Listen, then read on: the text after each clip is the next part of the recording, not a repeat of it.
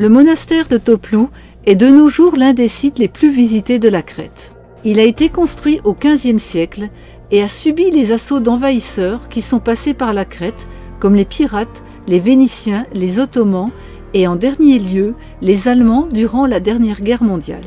Le domaine du monastère de Toplu est immense et ce dernier possède en totalité les terres de la pointe nord-est de la Crète. On y trouve des cultures maraîchères et des élevages, des oliveraies et surtout un grand domaine viticole très réputé. Ce monastère a été détruit par un tremblement de terre avant de prendre sa forme actuelle au cours du XVIIe siècle.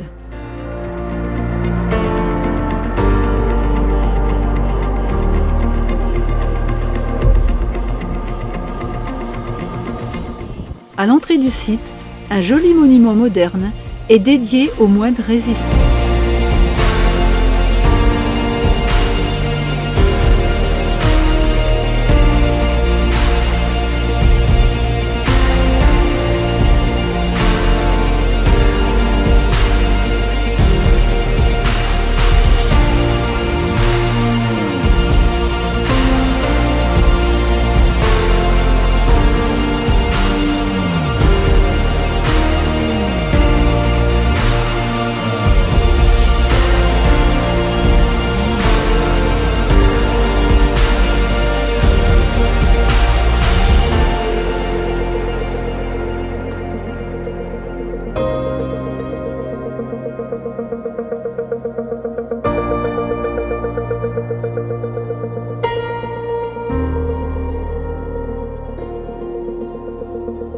Le monastère de Toplu, édifié comme une forteresse, est un véritable bastion et un musée vivant de l'histoire monastique de l'île.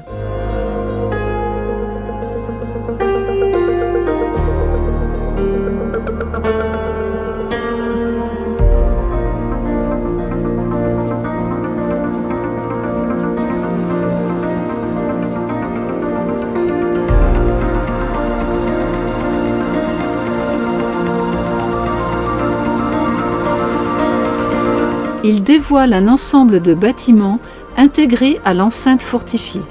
L'important clocher de style Renaissance domine un ensemble de bâtiments qui abritent les cellules construites sur plusieurs niveaux, les cuisines, le réfectoire, les réserves et un musée d'art religieux.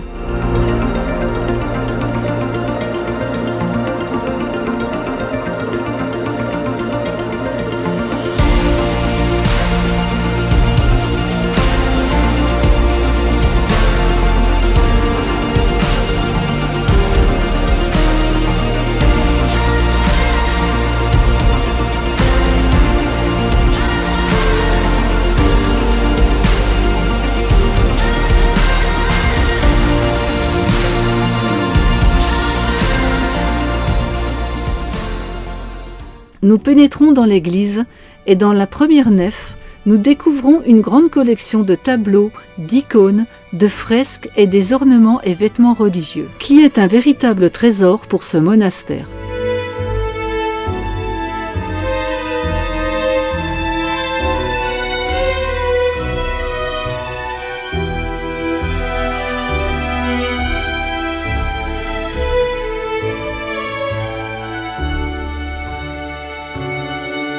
Dans la deuxième nef, les murs sont ornés d'une multitude de tableaux remplis de parchemins, d'écritures et de dessins, et au milieu de la salle, des présentoirs abritent de précieux et rares livres religieux.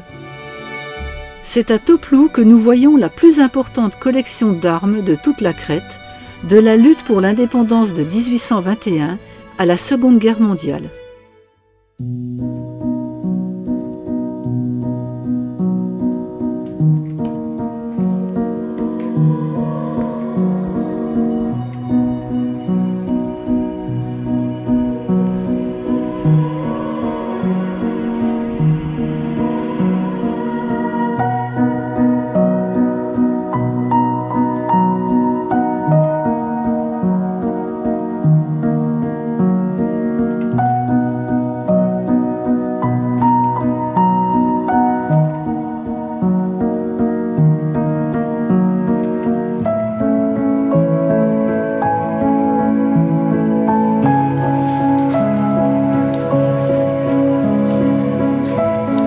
Sur le site, nous pouvons déguster dans une petite taverne des produits locaux issus de la production du monastère.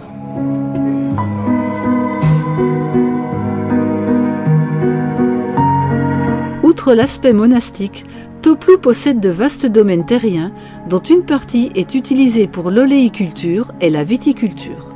On y produit ici de l'huile d'olive et du vin d'une grande qualité grâce à un savoir-faire de plusieurs siècles. Le chai qui se visite dispose d'un matériel hautement qualifié et très moderne.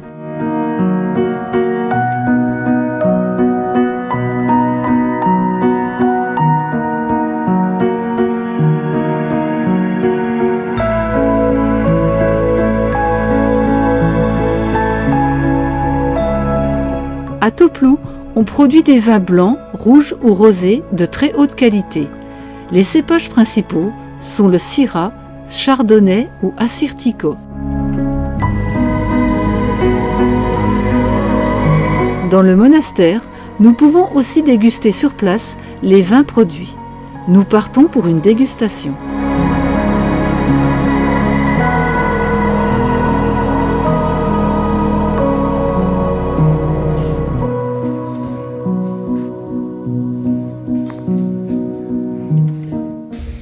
Just one glass. Just one to taste. And then I will give you the other one, which is a Greek grape. It's called Assyrtiko. Yeah, different terroir.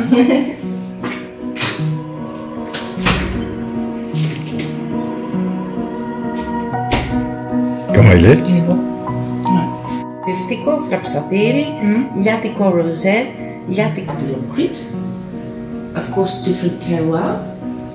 Also fruity, but higher acidity. Ouais, il n'est pas pareil. Toi, tu aimeras moins.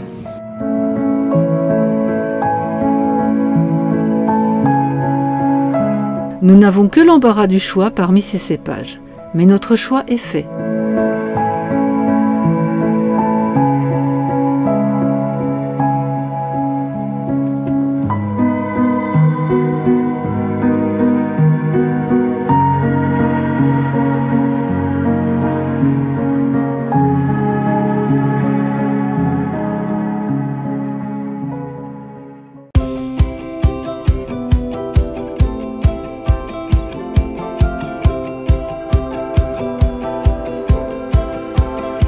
Nous poursuivons notre route après le monastère de Toplu pour arriver à la palmeraie de Vai. Le contraste est saisissant. Après avoir roulé dans cet environnement sec, on se retrouve au milieu d'une forêt de palmiers. Ici, sur près de 20 hectares, près de 5000 palmiers entourent une magnifique plage de sable fin, caressée par une eau limpide d'un bleu étincelant.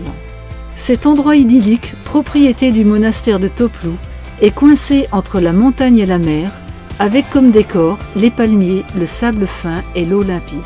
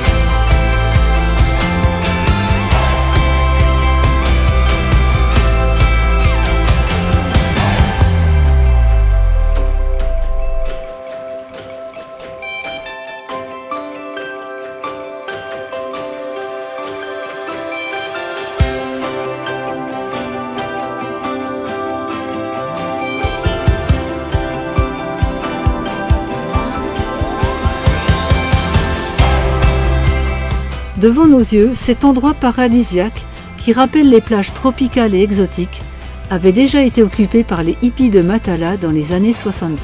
Aujourd'hui, Vai est une zone naturelle protégée de Grèce, son accès est réglementé, la palmeraie et la plage sont clôturées et les nuitées sont interdites.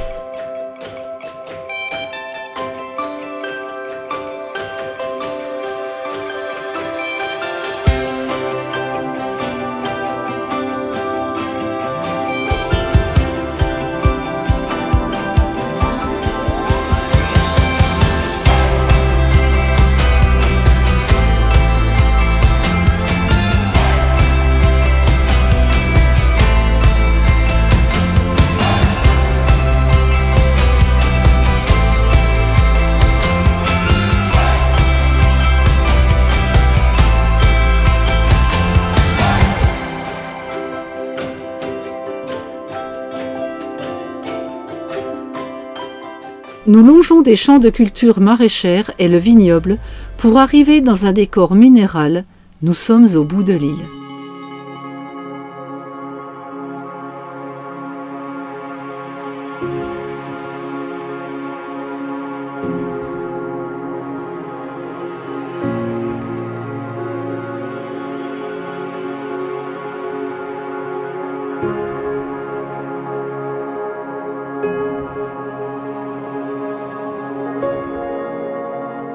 À l'extrême est de la Crète, nous découvrons une île plus sauvage, moins touristique. Nous sommes aux portes de l'Orient et de ses légendes. C'est une des régions les plus belles de la Crète et les plus authentiques. C'est ici que les plages se font confidentielles. Certains se sont appropriés les lieux en aménageant la nature pour y construire son chez-soi à l'ombre d'un tamaris face à la mer.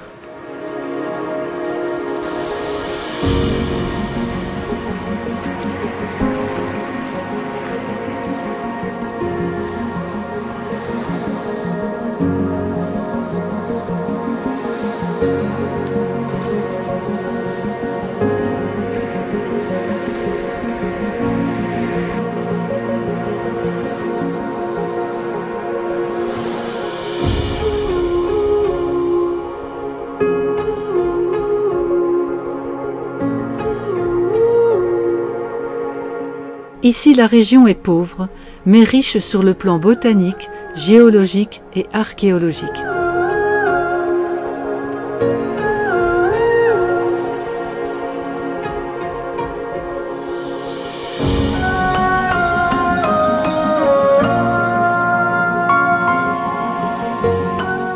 Et si vous êtes amateur de vestiges antiques, sachez que c'est sur cette partie de l'île que les derniers Minoens se sont réfugiés.